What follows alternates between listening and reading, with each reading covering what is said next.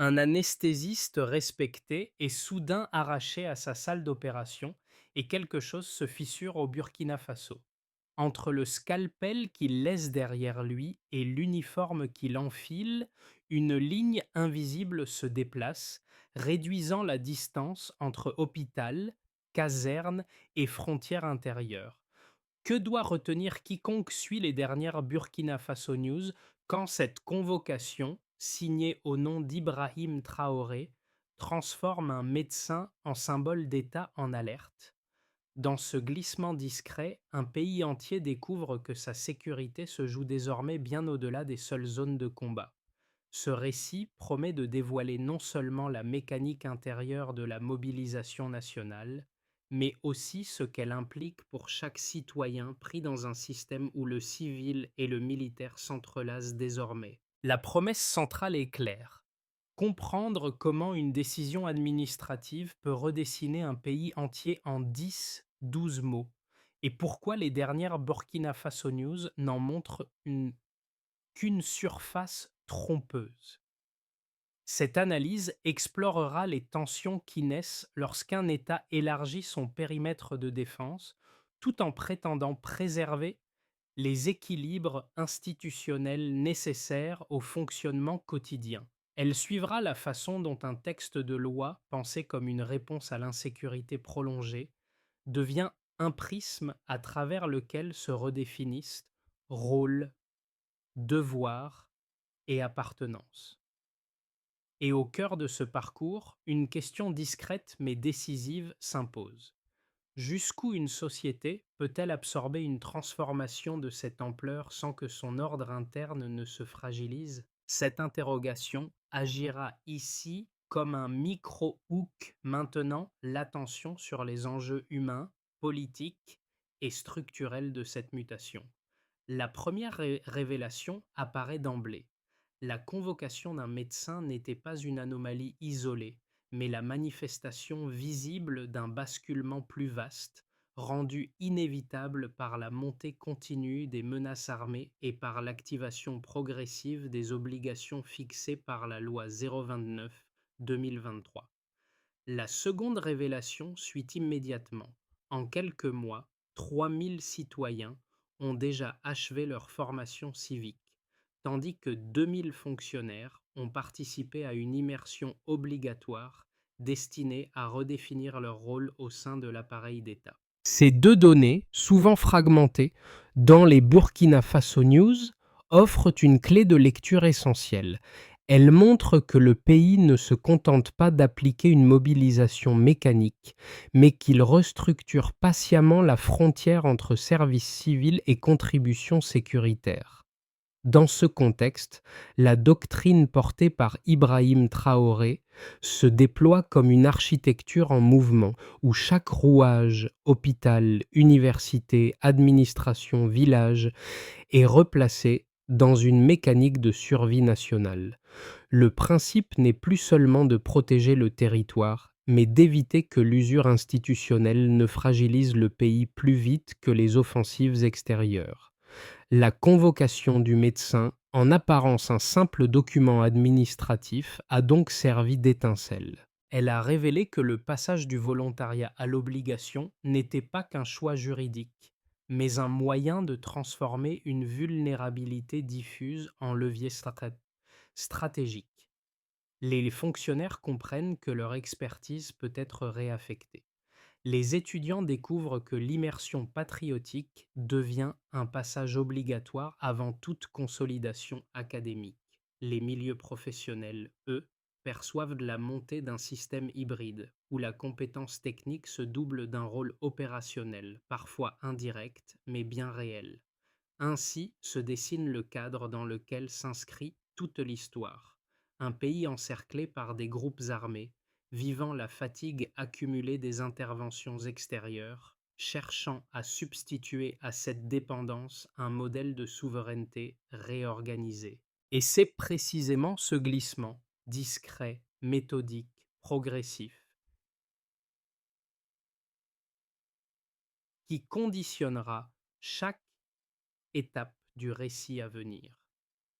Pour comprendre la portée réelle de la mobilisation, il faut suivre ceux qui en incarnent les premières secousses, les professionnels civils soudain projetés dans un système où leur expertise devient modulable. Le cas du médecin convoqué sert ici de fil conducteur, non pour son caractère exceptionnel, mais parce qu'il révèle une logique structurelle. Aucun métier, même parmi les plus spécialisés, n'est désormais totalement protégé de la réaffectation. Dans plusieurs hôpitaux de la capitale, des équipes décrivent une atmosphère mêlant surprise et adaptation accélérée. Les, les services doivent réorganiser les rotations, repenser les urgences, redistribuer les tâches, et pourtant, malgré le choc initial, un certain réalisme s'installe. Chacun comprend que l'équilibre entre expertise civile et besoin de défense devient plus perméable qu'auparavant. Un second cas éclaire davantage cette mutation, celui des étudiants informés qu'une phase d'immersion patriotique deviendrait obligatoire avant leur entrée dans l'enseignement supérieur. Cette annonce a suscité interrogations, inquiétudes et même quelques critiques, mais elle a également produit un effet inattendu. Plusieurs enseignants, d'abord réticents, ont reconnu que cette évolution clarifiait les attentes de l'État et supprimait la zone grise entre formation académique et contexte sécuritaire. Pour les étudiants, ce passage représente moins une formalité symbolique qu'une initiation à un dispositif qui redéfinit la citoyenneté. Ces deux trajectoires, celle du médecin rappelé et celle des étudiants redirigés, offrent un premier aperçu des tensions qui parcourent la société. Elles montrent une transformation qui ne repose pas seulement sur des textes légaux, mais sur la manière dont les individus absorbent la charge psychologique d'un État en pleine reconfiguration. Et la question implicite demeure: jusqu'où cette hybridation peut-elle s'étendre sans rompre l'équilibre intérieur du pays? Le déclencheur survient au moment précis où la convocation du médecin devient publique. L'information circule vite. Les réseaux locaux s'en emparent. Les murmures franchissent les couloirs des hôpitaux pour atteindre les rues, puis les marchés. À chaque étape, l'onde grandit. Un document administratif, jusqu'alors anodin, s'impose comme symbole d'une bascule silencieuse. La loi cesse d'être abstraite. Elle touche un métier réputé indispensable. La stupeur domine, même parmi ceux qui saluent la fermeté de l'État. Puis vient l'accélération. Les citoyens réalisent que l'ère du spectateur s'achève. Les obligations s'étendent aux professions les plus diverses. Les fonctionnaires doivent se déclarer. Les entreprises doivent coopérer. Les universités doivent intégrer l'immersion patriotique dans leur cursus. Les élèves, eux, se voient attribuer une étape supplémentaire avant l'enseignement supérieur. Le système n'est plus théorique, il devient mécanique. Il avance par couches successives, chaque couche durcissant la précédente. L'impulsion politique, elle, suit un rythme déterminé. Sous l'autorité d'Ibrahim Traoré, les décrets s'enchaînent, les directives traversent les ministères. L'administration ajuste ses protocoles, les forces de sécurité adoptent de nouvelles procédures. Le discours officiel martèle la nécessité d'une souveraineté reconstruite de l'intérieur. La jeunesse écoute. Une partie d'entre elles y voit un tournant historique. La conviction se diffuse. Attendre une aide extérieure n'est plus une option viable. Le point culminant prend forme dans les camps d'entraînement, notamment à Kaya. Là, les instructeurs observent un phénomène qu'ils n'attendaient pas. Les recrues ne montrent pas la résignation anticipée. Elles affichent un moral élevé. Elles parlent de responsabilité. Elles évoquent un sentiment d'urgence collective. Elles répètent que la défense nationale ne peut plus dépendre de forces étrangères. Cette dynamique crée une cohésion nouvelle. Elle donne une intensité inattendue à la mobilisation. Simultanément, une tension différente gagne les centres urbains. Les professionnels redoutent les réaffectations soudaines. Les journalistes questionne la portée réelle de la loi. Les proches des travailleurs médicaux craignent une perte temporaire de compétences dans les hôpitaux. Quelques individus choisissent de quitter discrètement le pays. Le phénomène reste marginal, mais il provoque une résonance politique. Les médias étrangers amplifient ces signaux, parfois en les interprétant comme un glissement vers la coercition. L'image externe diverge de l'expérience interne. L'effet de rémanence apparaît ensuite. L'État renforce les obligations. L'évitement devient sanctionnable. Une campagne de suivi est instaurée. Le gouvernement maintient néanmoins un ton non punitif, privilégiant la responsabilité collective. Les recrues y voient une validation. Leur engagement se renforce. La dynamique devient autoportante. Les communautés enfin ressentent l'onde d'ensemble. Les familles oscillent entre inquiétude et résilience. Les employeurs ajustent leurs équipes. Les écoles réorganisent leurs cycles. Les zones proches du conflit perçoivent une pression plus forte. Pourtant, malgré la tension, une cohérence nouvelle émerge. La transformation dépasse les individus, s'installe dans les structures et redéfinit le rapport entre citoyens et l'État. La dynamique apparaît clairement lorsque l'on observe le passage du cadre initial à son déploiement concret. Le pays est passé d'un état de préparation théorique à un système où les premiers résultats mesurables forment déjà un delta significatif. Ce changement, encore discret dans certaines Burkina Faso News, s'appuie sur trois ensembles chiffrés qui servent ici de points d'ancrage. Le premier chiffre, 3000 citoyens formés, représente la base la plus solide du dispositif. Il montre la montée en puissance d'une formation civique pensée pour créer un langage commun entre civils et structures de défense. Cette cohorte illustre une transition graduelle d'un volontariat dispersé vers une discipline institutionnelle stabilisée. Et chaque groupe achevé amplifie la capacité du pays à absorber les effets de la mobilisation.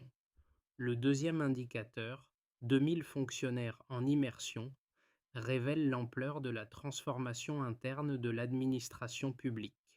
Ce chiffre n'est pas seulement quantitatif, il pointe un renforcement de la compréhension des responsabilités collectives. Les participants reviennent avec une vision alignée sur les priorités de continuité institutionnelle. Cet ajustement soutient la coordination entre services civils et d'exigences sécuritaires. Le troisième chiffre, 600 stagiaires formés aux métiers techniques, permet d'évaluer la projection du modèle vers les zones fragilisées. Ces compétences orientées vers la menuiserie, la mécanique ou l'énergie répondent aux lacunes structurelles accumulées dans les régions affectées. Elles contribuent à rétablir un minimum de résilience opérationnelle dans des secteurs affaiblis. Ce flux technique consolide ainsi des infrastructures souvent laissées en suspens. À travers ces trois blocs, le cadre voulu par Ibrahim Traoré devient lisible comme un système adaptatif. La mobilisation n'envoie pas indistinctement tous les citoyens sur les lignes de front.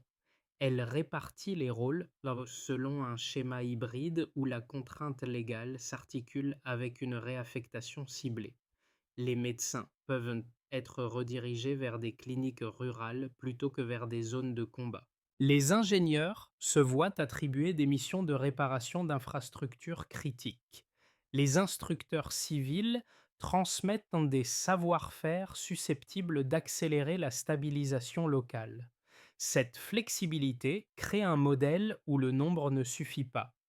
C'est la précision des affectations qui détermine l'efficacité du dispositif. Cependant, les chiffres révèlent également les limites d'un système qui doit s'ajuster en continu. Une mobilisation rapide peut provoquer des tensions dans les secteurs essentiels. Les hôpitaux redoutent les baisses temporaires de personnel. Les universités doivent adapter leur calendrier. Certains professionnels envisagent l'exil, ce qui crée un décalage entre adhésion interne et perception internationale. Ces signaux faibles soulignent la nécessité d'une calibration fine du dispositif. Pour les jeunes engagés dans les camps, les chiffres incarnent un horizon structuré. Ils y voient la preuve que leur participation s'inscrit dans un mouvement collectif mesurable. Ils perçoivent leur rôle comme partie intégrante d'une souveraineté en reconstruction. Ainsi, les données quantitatives, aussi limitées soient-elles, éclairent une trajectoire complexe. Elles montrent un pays qui avance par couches successives, consolidant ce qu'il peut, ajustant ce qu'il doit, tout en tentant de préserver un équilibre civil indispensable à sa cohésion interne. Deux lectures dominantes s'affrontent lorsqu'il s'agit d'interpréter la mobilisation nationale. La première, largement relayée par certains observateurs étrangers, décrit un glissement préoccupant vers une militarisation généralisée. Selon cette position, l'extension du service obligatoire à toutes les professions brouille la frontière civile-militaire et risque d'affaiblir des secteurs essentiels. Les inquiétudes exprimées dans les hôpitaux, les départs isolés de quelques professionnels et les interrogations persistantes dans les milieux urbains sont mobilisées comme preuve d'une tension structurelle croissante.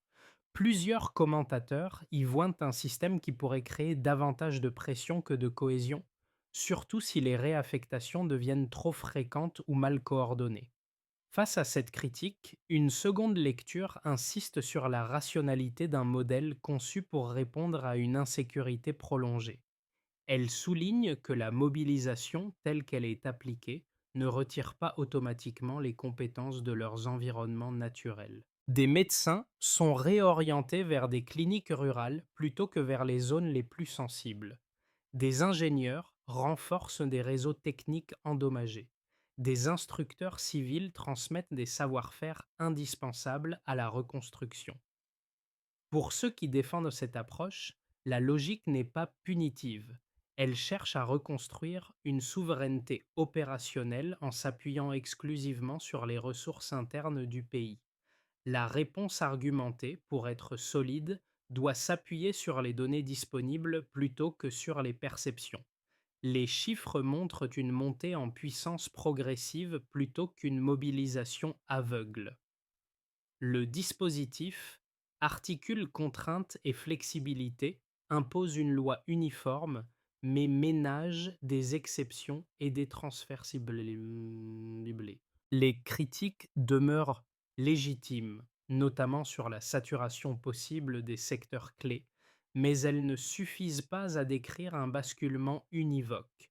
Les résultats observés dans certaines zones rurales, la cohésion naissante dans les camps d'entraînement et la reconstitution partielle des compétences techniques indiquent une réalité plus complexe, où tension et progrès coexistent.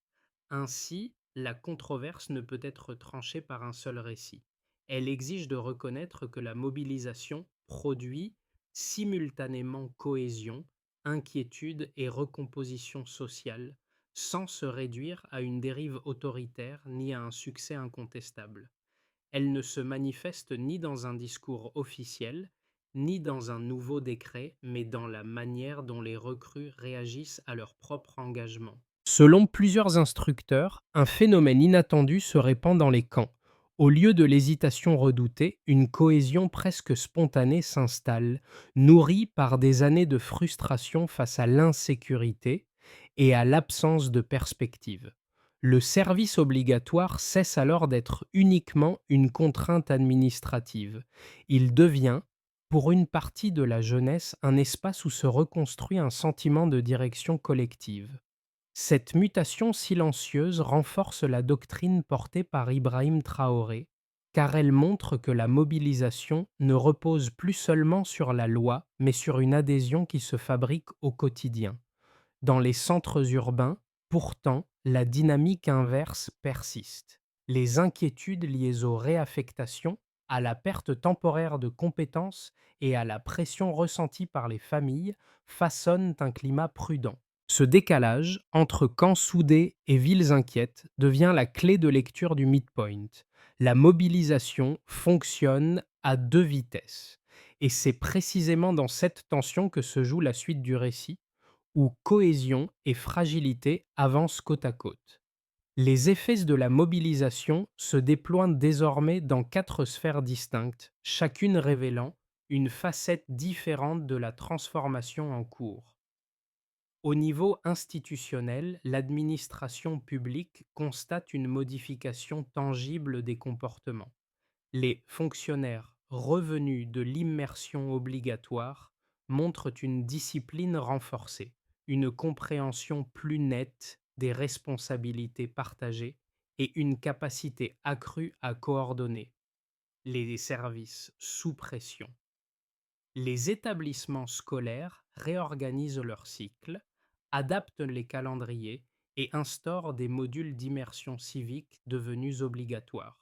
Ces ajustements créent une continuité opérationnelle qui n'existait pas auparavant, faisant émerger une sorte de colonne vertébrale administrative qui soutient la doctrine voulue par Ibrahim Traoré. Dans les hôpitaux, la réallocation temporaire de certains professionnels oblige à repenser les équipes, mais elle ne démantèle pas les services. Elle impose plutôt une flexibilité nouvelle, parfois inconfortable mais fonctionnelle. Les entreprises privées, confrontées aux rotations imposées, réévaluent leurs priorités de production. Certaines filières techniques bénéficient d'un apport précieux grâce à la formation de centaines de stagiaires en menuiserie, mécanique et réparation énergétique. Les zones minières observent une stabilisation progressive liée à l'amélioration sécuritaire. Dans les régions agricoles touchées par l'insécurité, la présence renforcée de contingents civils permet un retour plus régulier des activités commerciales. L'économie reste fragile, mais l'environnement devient plus prévisible. Et cette prévisibilité engendre un regain de confiance mesurable dans plusieurs secteurs. À l'échelle des foyers, les réactions oscillent entre engagement et appréhension. Les familles discutent des réaffectations possibles à chaque décision scolaire ou professionnelle. Certaines s'inquiètent d'un départ vers les zones sensibles. D'autres y voient une contribution nécessaire à un pays en reconstruction. Dans les camps, la perception est différente. Les jeunes engagés ressentent une cohésion nouvelle, façonnée par l'idée de participer à un effort collectif historique. Cette cohésion contraste fortement avec la prudence urbaine, créant une fracture émotionnelle qui traverse toutes les couches sociales. Les départs isolés vers l'étranger rappellent que la pression existe, mais il reste marginal par rapport aux dynamiques internes. Dans les zones du Sahel et les corridors miniers, les autorités locales observent une amélioration lente mais réelle. Une présence étatique, longtemps absente, réapparaît grâce aux contingents civils et techniques nouvellement formés. Les gains territoriaux de 70,89% à 72,7% de contrôle semblent modestes, mais ils marquent un retour progressif de l'État dans des espaces abandonnés depuis des années. Cette reconsolidation territoriale transforme la relation entre population et institutions en réinstallant une forme de confiance pragmatique.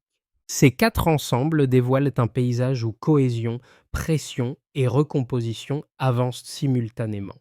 La mobilisation ne produit pas une réalité homogène. Elle engendre des effets contrastés mais mesurables qui structurent la trajectoire du pays.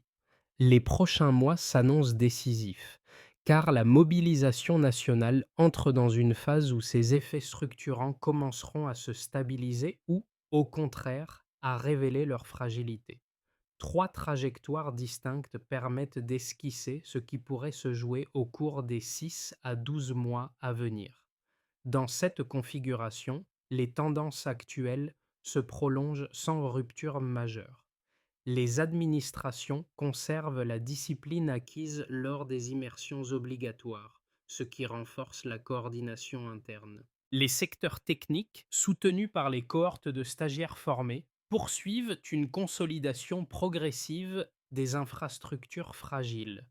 Les zones rurales voient une stabilisation lente mais réelle, tandis que les centres urbains demeure marqué par des inquiétudes persistantes liées aux réaffectations.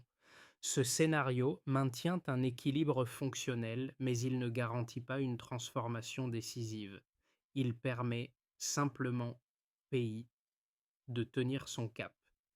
Ici, l'efficacité des formations civiles techniques s'amplifie plus rapidement que prévu. Les infrastructures critiques se consolident à un rythme soutenu. Les zones sensibles du Sahel enregistrent de nouveaux gains territoriaux, ce qui renforce le moral et stabilise les circuits économiques locaux. Les milieux professionnels, d'abord prudents, commencent à percevoir les réaffectations comme un mécanisme cohérent plutôt qu'une menace. La perception internationale s'améliore et les départs isolés vers l'étranger diminuent.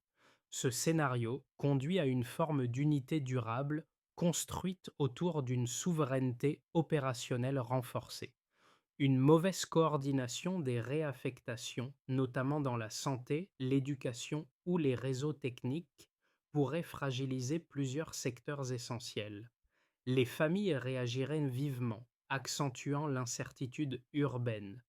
Les départs discrets augmenteraient et seraient amplifiés par les médias étrangers, créant une pression diplomatique additionnelle.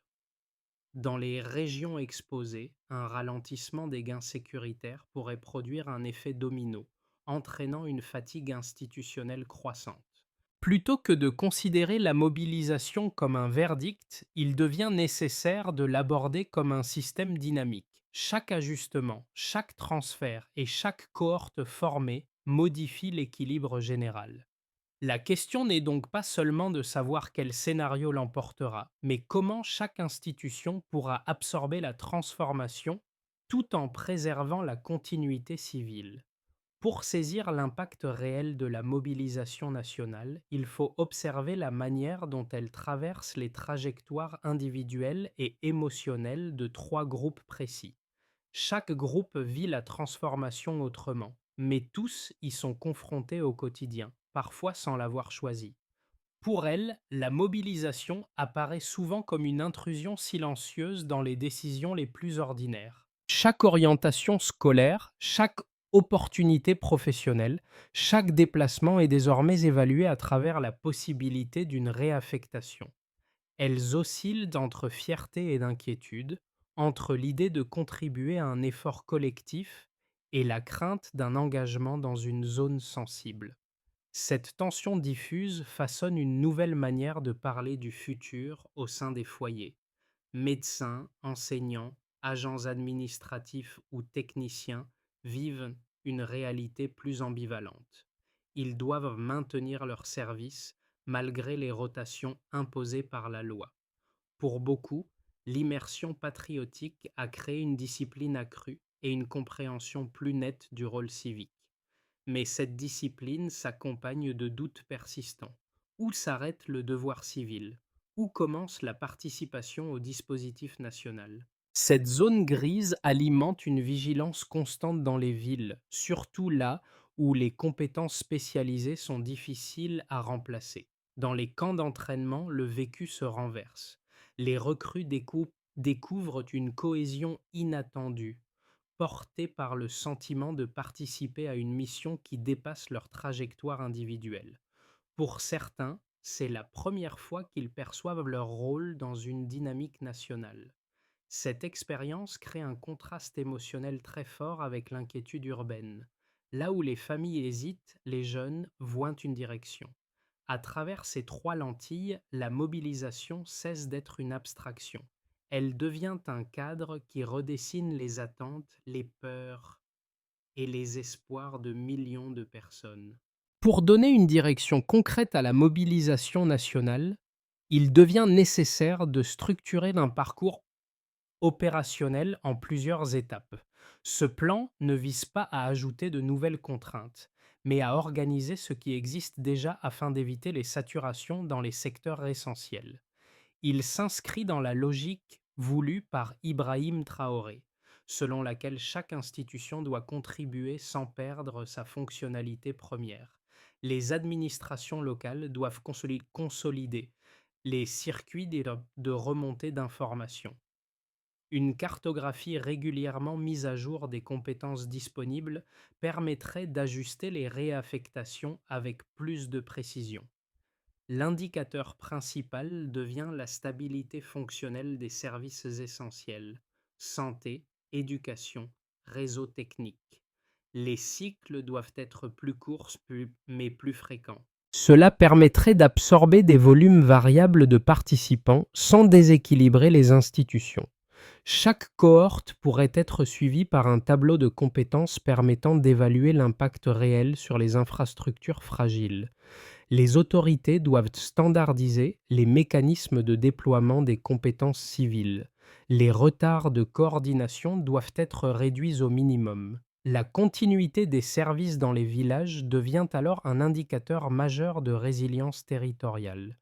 Une communication cohérente sur les rotations et les exemptions est nécessaire pour réduire les inquiétudes. L'efficacité peut être mesurée par la diminution des demandes d'exemption et la stabilisation des effectifs. Le message central reste celui d'un système adaptatif plutôt qu'un dispositif rigide. Cette cohérence narrative soutient la capacité du pays à préserver simultanément cohésion, continuité civile et progression sécuritaire. Le parcours qui semblait se réduire à la convocation d'un simple médecin retrouve ici toute sa puissance symbolique. Le contraste initial, un scalpel posé sur une table froide, remplacé par une tenue de mobilisation, continue de traverser le récit collectif comme une image persistante qui éclaire la tension entre compétences individuelles et devoirs partagés. Dans les témoignages recueillis, cette métaphore revient sans cesse. Elle rappelle que l'organisation du pays ne se transforme pas seulement par décret, mais par la manière dont chaque citoyen accueille ou résiste au rôle qu'on lui assigne. Les centres urbains portent encore l'empreinte de cette hésitation, tandis que les zones rurales découvrent une présence étatique qu'elles n'attendaient plus. Et au-dessus de cette mosaïque d'émotions, la doctrine articulée par Ibrahim Traoré fonctionne comme une charpente mouvante, faite de discipline, d'espoir prudent et de crainte diffuse. C'est peut-être là que réside la vérité la plus intime du pays, une évolution façonnée autant par l'adhésion que par l'inquiétude, où chaque geste individuel vient compléter ou contredire l'effort collectif. Une phrase demeure ténue mais lucide. Un pays avance quand chacun accepte de porter une part du poids commun. La mobilisation nationale, telle qu'elle se déploie aujourd'hui, dépasse largement le cadre administratif dans lequel elle a été écrite. Elle circule dans les conversations familiales, s'invite dans les ateliers techniques, s'installe dans les salles de classe et refait surface dans les villages où l'État retrouve progressivement une présence concrète. Chaque citoyen, qu'il se sente porté par ce mouvement ou qu'il s'en inquiète, participe involontairement à une transformation qui redéfinit la manière dont le pays envisage sa stabilité. Les observateurs extérieurs suivent cette évolution avec prudence, tandis que les communautés locales tentent d'y donner sens au quotidien. Dans un paysage aussi mouvant, les récits documentés, les analyses nuancées et les échanges éclairés deviennent essentiels. Ils permettent de comprendre non seulement ce qui change, mais aussi ce que ces changements exigent de chacun. Si vous souhaitez poursuivre cette réflexion, approfondir un angle particulier ou confronter plusieurs interprétations, la conversation reste ouverte. Alors, selon vous, quelle place un citoyen peut-il vraiment occuper dans une mobilisation de cette ampleur?